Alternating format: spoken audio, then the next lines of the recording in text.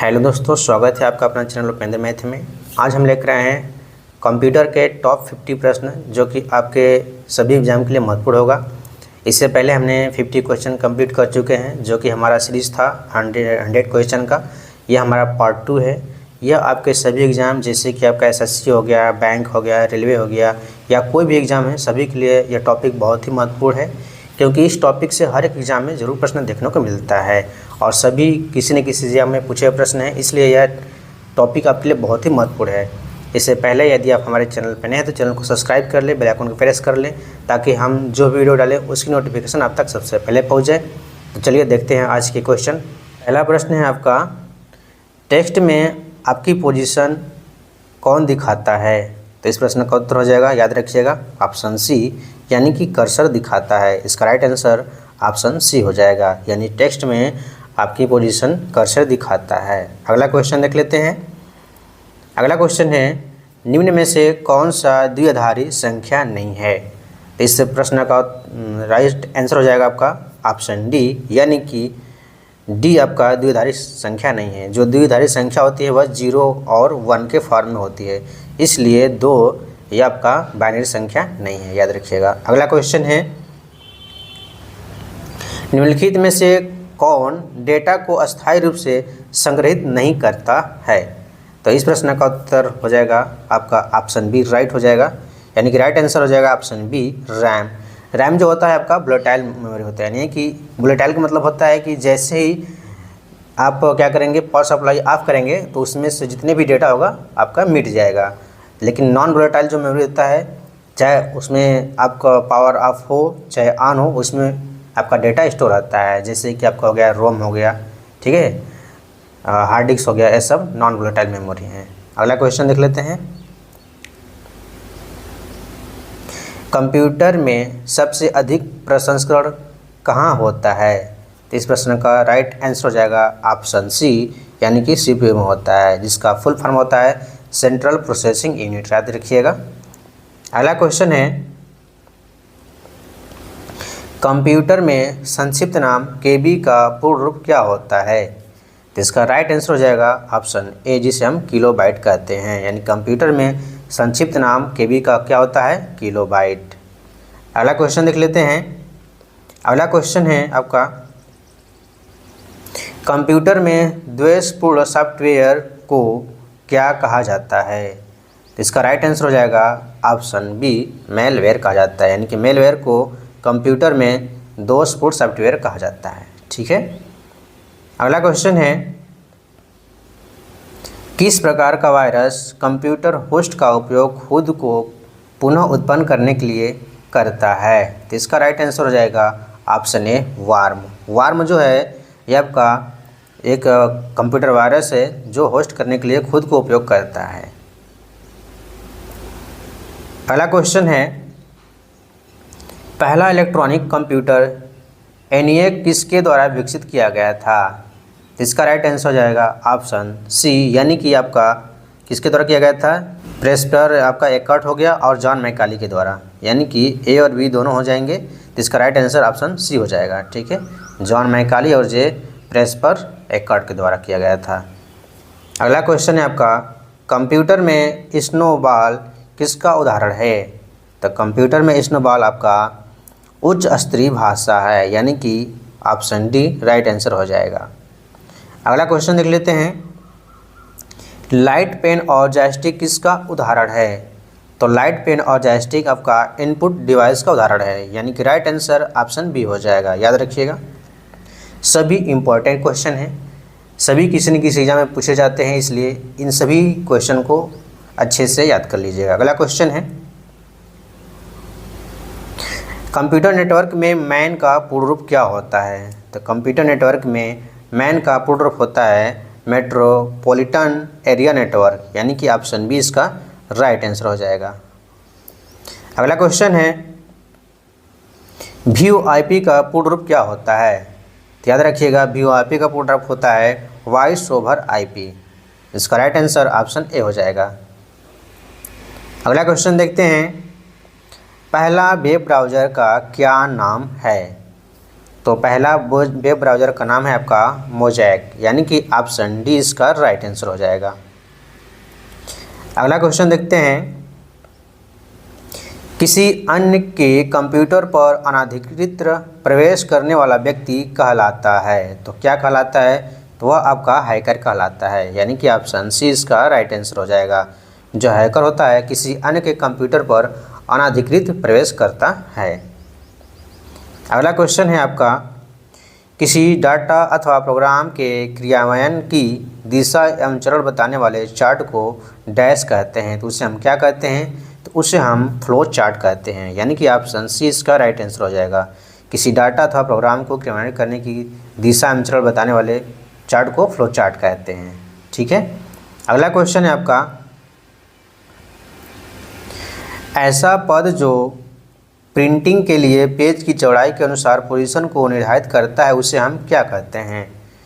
तो इसका right answer हो जाएगा आपका ऑप्शन बी, पोर्ट्रेट कहते हैं, यानी कि बी इसका राइट आंसर हो जाएगा। ठीक है। यह आपके पोजीशन के अनुसार, जैसे या तो लैंडस्केप होता है या तो फिर आपका सीधा हो जाता है, तो पोर्ट्रेट आपका कहलाता है। ठीक है। अगला क्वेश्चन है, कंप्यूटर के संचालन के लिए आवश्यक प्रोग्राम जिन्हें मनुष्य स्पर्श नहीं कर सकता क्या कहलाता है? तो उसे हम सॉफ्टवेयर कहते हैं, यानी कि राइट आंसर ऑप्शन बी हो जाएगा। सॉफ्टवेयर एक ऐसा चीज़ है जिसे हम स्पर्श नहीं करते हैं, केवल उसको महसूस कर सकते हैं। ठीक है। अगला क्वेश्चन है, प्रोसेसर की गति कैलकुलेट करने के लिए डैश का प्रयोग किया जाता है। तो प्रोसेसर की गति कैलकुलेट करने के लिए क्या किया जाता है? तो है आपका ऑप्शन ए राइट आंसर हो जाएगा, यानी MIPS, यानी कि मिलियन इंस्ट्रक्शन पर सेकेंड होता है, याद रखिएगा। अगला क्वेश्चन है, माउस द्वारा डाटा को सिलेक्ट करके एक स्थान से दूसरे स्थान पर स्थानांतरित करने की क्रिया डैश कहलाती है। तो क्या कहलाती है? तो वह आपका ड्रैग एंड ड्रॉप कहलाता है, यानी कि इसका राइट आंसर सी हो जाएगा, यानी कि माउस द्वारा डाटा को सिलेक्ट करके एक स्थान से दूसरे स्थान पर स्थानांतरित करने की क्रिया को ड्रैग कहते हैं। अगला क्वेश्चन है, रो और कॉलम निर्मित भागों को कहा जाता है। तो रो और कॉलम किसको कहते हैं? तो सेल को कहते हैं। ऑप्शन सी राइट आंसर हो जाएगा। अगला क्वेश्चन है, कंप्यूटर को स्टार्ट करते समय होने वाली बूटिंग डैश कहलाती है। तो कंप्यूटर को स्टार्ट करते समय होने वाली बूटिंग आपकी कोल्ड बूटिंग कहलाती है, यानी कि राइट आंसर ऑप्शन बी हो जाएगा। अगला क्वेश्चन है, ASCII कितने बीट का कोड होता है? तो ASCII आपका 8 बिट कोड होता है, यानी कि राइट आंसर ऑप्शन ए हो जाएगा। इसको इम्पोर्टेंट क्वेश्चन मानकर याद कर लीजिएगा। ठीक है, क्योंकि यह बार बार पूछा जाता है एग्जाम में। अगला क्वेश्चन है आपका, विंडोज 7 को विंडोज 10 में बदलने की प्रक्रिया को डैश कहते हैं। तो इसे हम सी कहते हैं, यानी कि ऑप्शन सी, यानी कि अपग्रेड कहते हैं, जिसे का राइट आंसर ऑप्शन सी हो जाएगा। याद रखिएगा, विंडोज 7 को विंडोज 10 में बदलने की प्रक्रिया को अपग्रेड करना कहते हैं। अगला क्वेश्चन है आपका, www का दूसरा नाम क्या होता है? तो उसे हम वेब कहते हैं। अगला क्वेश्चन है, यह क्वेश्चन हो गया है आपका। अगला क्वेश्चन है आपका, कंप्यूटर के मुख्य सिस्टम बोर्ड को क्या कहते हैं? तो कंप्यूटर के मुख्य सिस्टम बोर्ड को मदरबोर्ड कहते हैं, यानी कि राइट आंसर ऑप्शन डी हो जाएगा।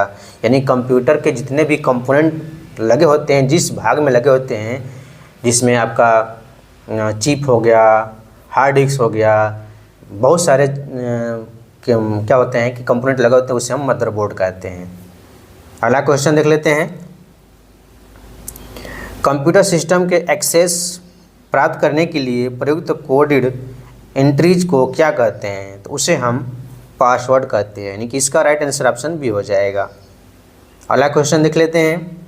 अगला क्वेश्चन है, कंपाइलर्स और ट्रांसलेटर्स एक तरह के होते हैं। तो एक तरह के क्या होते हैं? तो यह आपका एक तरह के सॉफ्टवेयर होते हैं। इसका राइट आंसर ऑप्शन सी हो जाएगा। याद रखिएगा, जो कंपाइलर से और ट्रांसलेटर से यह सॉफ्टवेयर होते हैं।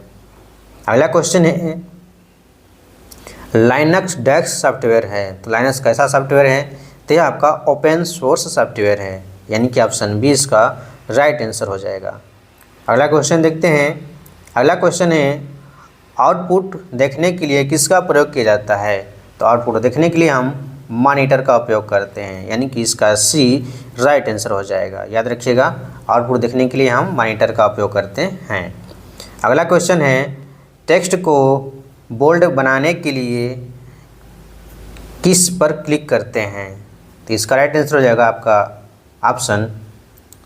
टेक्स्ट को बोल्ड बनाने के लिए हम किस पर क्लिक करते हैं? तो है बी, यानी कि राइट आंसर ऑप्शन सी हो जाएगा। अगला क्वेश्चन देखते हैं। अगला क्वेश्चन है,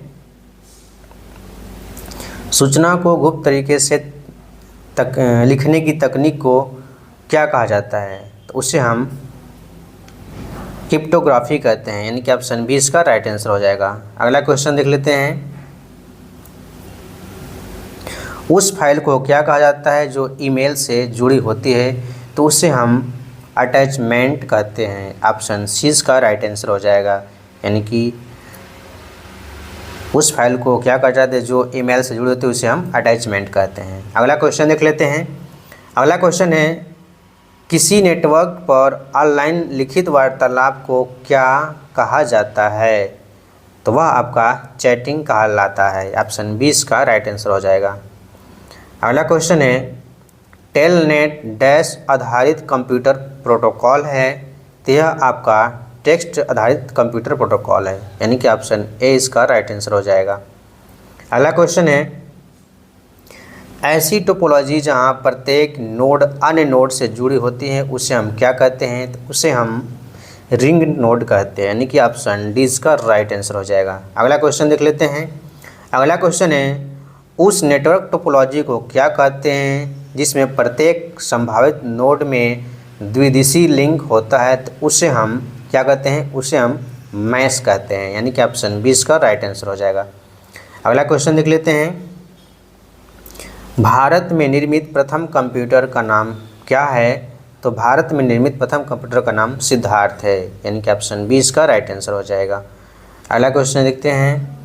कंप्यूटर के किसी शब्द की लंबाई किस में मापते हैं? तो कंप्यूटर के किसी शब्द की लंबाई आपका बीट में मापते हैं। ऑप्शन ए इसका राइट आंसर हो जाएगा। अगला क्वेश्चन देखते हैं। सबसे तेज कंप्यूटर कौन सा है? तो सबसे तेज कंप्यूटर आपका सुपर कंप्यूटर है, यानी कि ऑप्शन सी इसका राइट आंसर हो जाएगा। अगला क्वेश्चन है, स्क्रीन पर प्रदर्शित पिक्सल की संख्या स्क्रीन डैश के नाम से जानी जाती है। तो यह आपका रिजोल्यूशन के नाम से जानी जाती है, यानी कि ऑप्शन ए इसका राइट आंसर हो जाएगा। अगला क्वेश्चन है, एफटीपी का पूरा नाम क्या होता है? तो एफटीपी का पूरा नाम होता है आपका file transfer protocol. Option B इसका राइट आंसर हो जाएगा। अगला क्वेश्चन है, कंप्यूटर साक्षरता दिवस कब मनाया जाता है? तो कंप्यूटर साक्षरता दिवस आपका 2 दिसंबर को मनाया जाता है, याद रखिएगा। ऑप्शन ए इसका राइट आंसर हो जाएगा। अगला क्वेश्चन है, एक हार्डवेयर डिवाइस जो डाटा को अर्थपूर्ण इंफॉर्मेशन में परिवर्तित करता है उसे हम क्या कहते हैं? तो उसे हम प्रोसेसर कहते हैं, यानी कि राइट आंसर ऑप्शन ए हो जाएगा। अगला क्वेश्चन है, माइक्रो प्रोसेसर जो कंप्यूटर का मस्तिष्क होता है उसे हम क्या कहते हैं? तो इसका राइट आंसर हो जाएगा माइक्रोचिप हो जाएगा। ऑप्शन सी इसका राइट आंसर हो जाएगा। अगला क्वेश्चन है, कंप्यूटर को किस प्रकार की बुद्धि की संज्ञा दी गई है? तो यह आपका एक कृत्रिम बुद्धि की संज्ञा दी गई है। ऑप्शन ए इसका राइट आंसर हो जाएगा। अगला क्वेश्चन है, कंप्यूटर में जाने वाले डेटा को क्या कहते हैं? तो कंप्यूटर में जाने वाले डेटा को हम इनपुट कहते हैं, यानी कि राइट आंसर ऑप्शन बी हो जाएगा। अगला क्वेश्चन है, क्रे किस तरह का कंप्यूटर है? तो यह आपका हो जाएगा क्रे आपका सुपर कंप्यूटर है, यानी कि ऑप्शन 20 का राइट आंसर हो जाएगा। आज का हमारा आखिरी सवाल है, इसके बाद है, एलसीडी का पूरा नाम क्या होता है? तो एलसीडी का पूरा नाम होता है लिक्विड क्रिस्टल डिस्प्ले होता है, यानी कि राइट आंसर ऑप्शन ए हो जाएगा। याद रखिएगा, यह क्वेश्चन बार बार पूछा जाता है और अगला क्वेश्चन है पीसी का पूरा नाम क्या होता है। तो पीसी का पूरा नाम होता है पर्सनल कंप्यूटर, यानी कि राइट आंसर ऑप्शन ये हो जाएगा। तो दोस्तों आज का हमारा क्वेश्चन जो 50 क्वेश्चन का टारगेट है कंप्लीट हुआ और हमने लगभग 100 क्वेश्चन कंप्लीट कर लिया। यदि आपको वीडियो पसंद आया तो वीडियो को लाइक शेयर और चैनल को सब्सक्राइब जरूर कीजिएगा। अब मिलते हैं नेक्स्ट वीडियो में।